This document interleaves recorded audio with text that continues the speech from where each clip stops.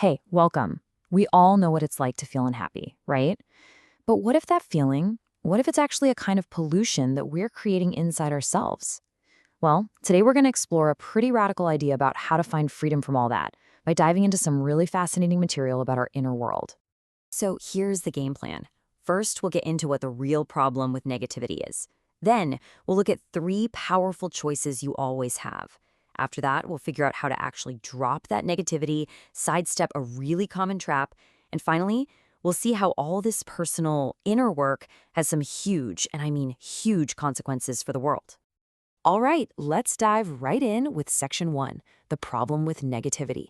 I want you to think about this. What if a bad mood wasn't just, a feeling?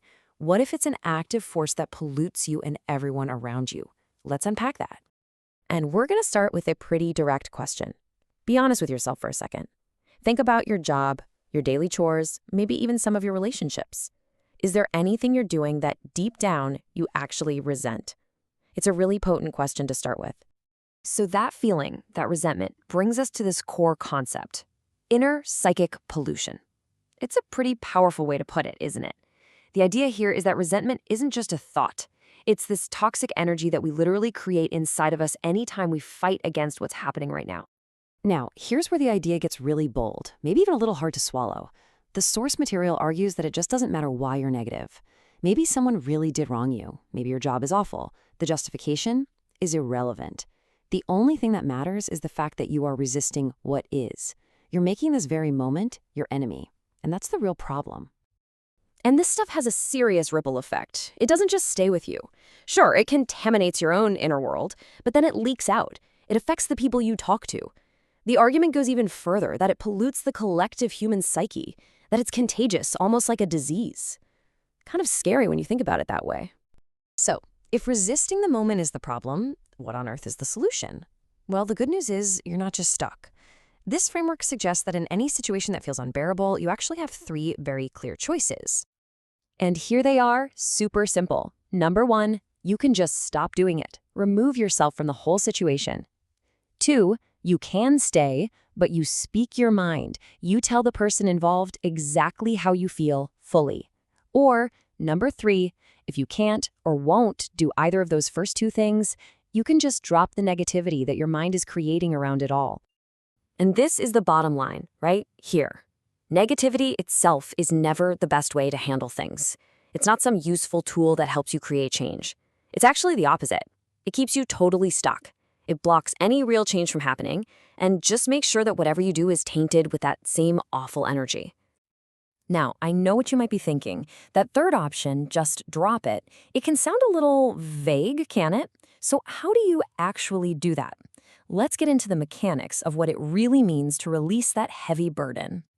And the source material has this absolutely brilliant analogy. It's not some complicated mental trick. It's simple. It's primal. You realize that the negativity you're holding onto is causing you pain. It's just like holding a piece of burning hot coal. And at some point, you realize you don't want to feel that pain anymore. And so, you just let go. You drop it. But, and this is a big but, there's a catch. To even have that choice, to even realize you're holding the hot coal in the first place, you have to be present. You've got to be able to tap into what the source calls the power of now. That just means being fully aware of this moment without being dragged back into the past or worried about the future. It's in that state of pure presence that you realize, hey, I'm not my thoughts, I'm not my pain. I'm the one watching it. And from that place, you have a real choice to let it all go. Okay, this leads us to a really subtle but super important distinction. We hear this all the time, right?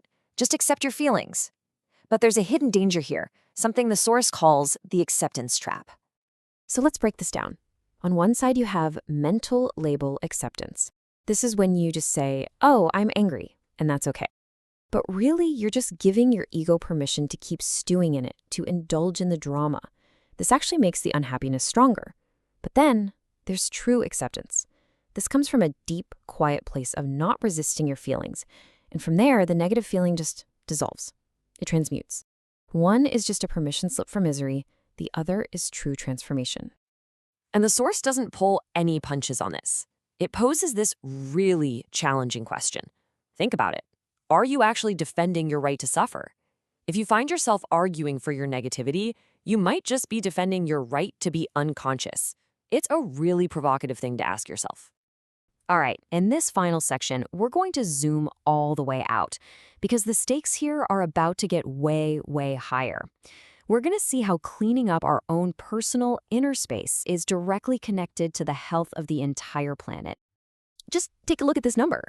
In the 20th century alone, that's how many human beings were killed by other human beings. Over 100 million. And that's not even counting all the cruelty and violence that still happens every single day. So, looking at that evidence, the author's conclusion is pretty blunt. This isn't meant to be a moral judgment. It's presented as a simple, factual observation. People who are genuinely in touch with themselves, with a state of well-being, just don't do things like this. This kind of horror can only come from a deeply, deeply negative inner state. And it all comes down to this fundamental principle, as within, so without. All the pollution we see out there in the world, the wars, the violence, the destruction of nature, it's just a mirror. It's an outward reflection of our collective inner psychic pollution. And this is where it all lands, right back with you and me. Now, look, you can't solve world hunger by yourself. You can't stop a war on your own, but you are responsible for your inner space. No one else's. And according to this line of thinking, taking care of that is the most important, most powerful work you can possibly do.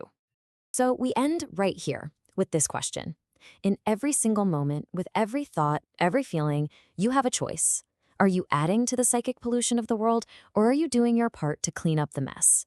The answer, it turns out, starts and ends right inside you.